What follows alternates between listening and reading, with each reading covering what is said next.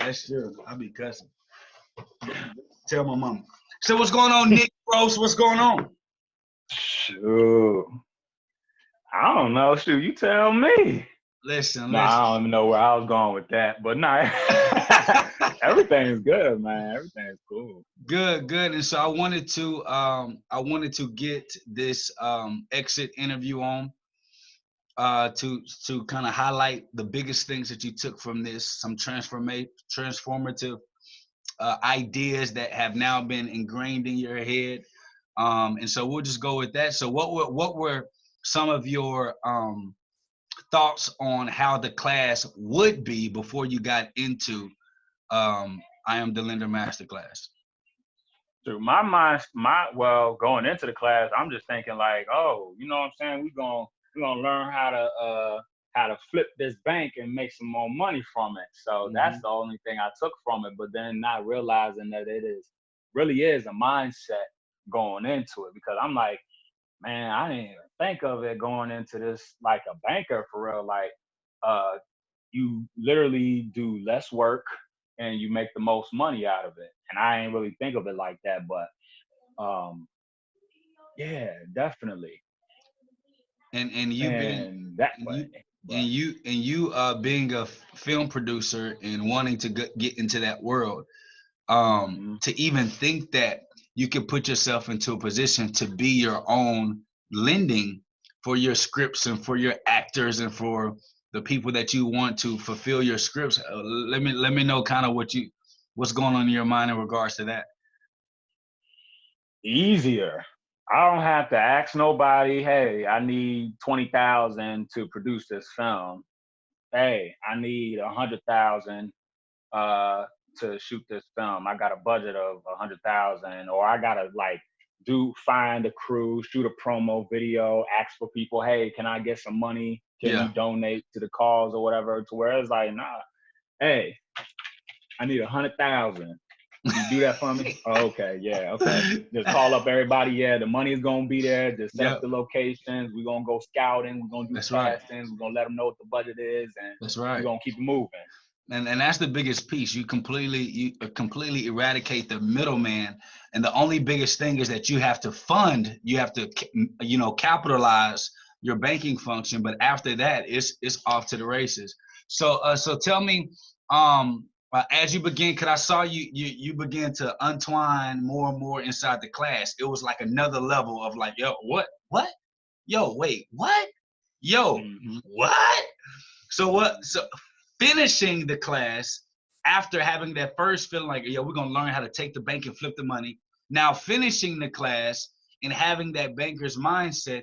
Talk to me about what you got from the last class when I showed you, live, borrowing money for the real estate property versus saving, but in the same 30 years. Tell me what went in your mind when I showed you that.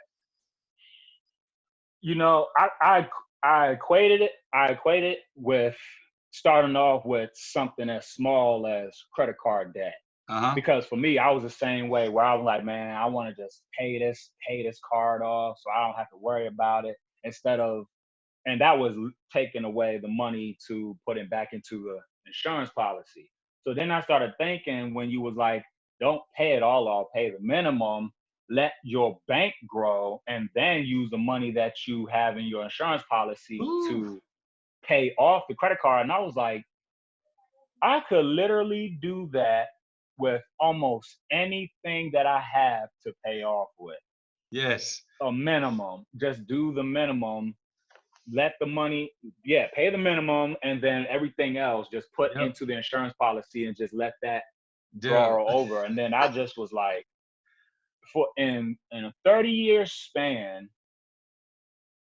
just taking it that micro to expanding it to a 30-year plan, or a 30-year process, I should say, it's going to be phenomenal. Just adapting to that mindset, to where it's like, nah, don't worry about breaking your pocket just to pay off this debt. Just do the minimum and then just let it grow. And then I'm still processing that thought to this day, because I got a payment that's coming up on the 7th. To this day. Yeah. Your camera I'm went out. like, Yeah, there you go. yeah. And I think that's the biggest thing because, you know, traditional banks have literally ingrained in our heads that the only way that we can function in this life is if we're using their institutions. We're using their cards. We're swiping it. And then, you know, when we begin to teach students, you know, that just like a credit card works, when you swipe the card and then you pay it back, you got access to that full amount again. The only difference is with your banking function, you get access to more and more and more and more money without ever having to beg or ask anybody or borrow, you know, like, you know, beg somebody for it. I think that's the most gratifying thing that people are beginning to realize, that the same credit limit or credit line of credit that you get with the bank, you can get inside your insurance function to be able to borrow and spend and kind of do whatever you want just like that.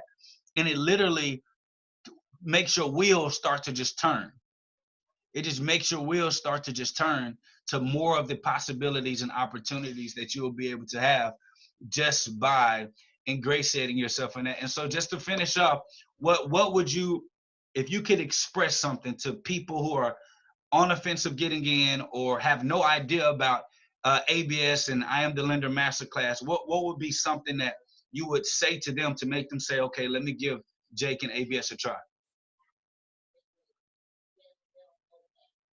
You better do it, or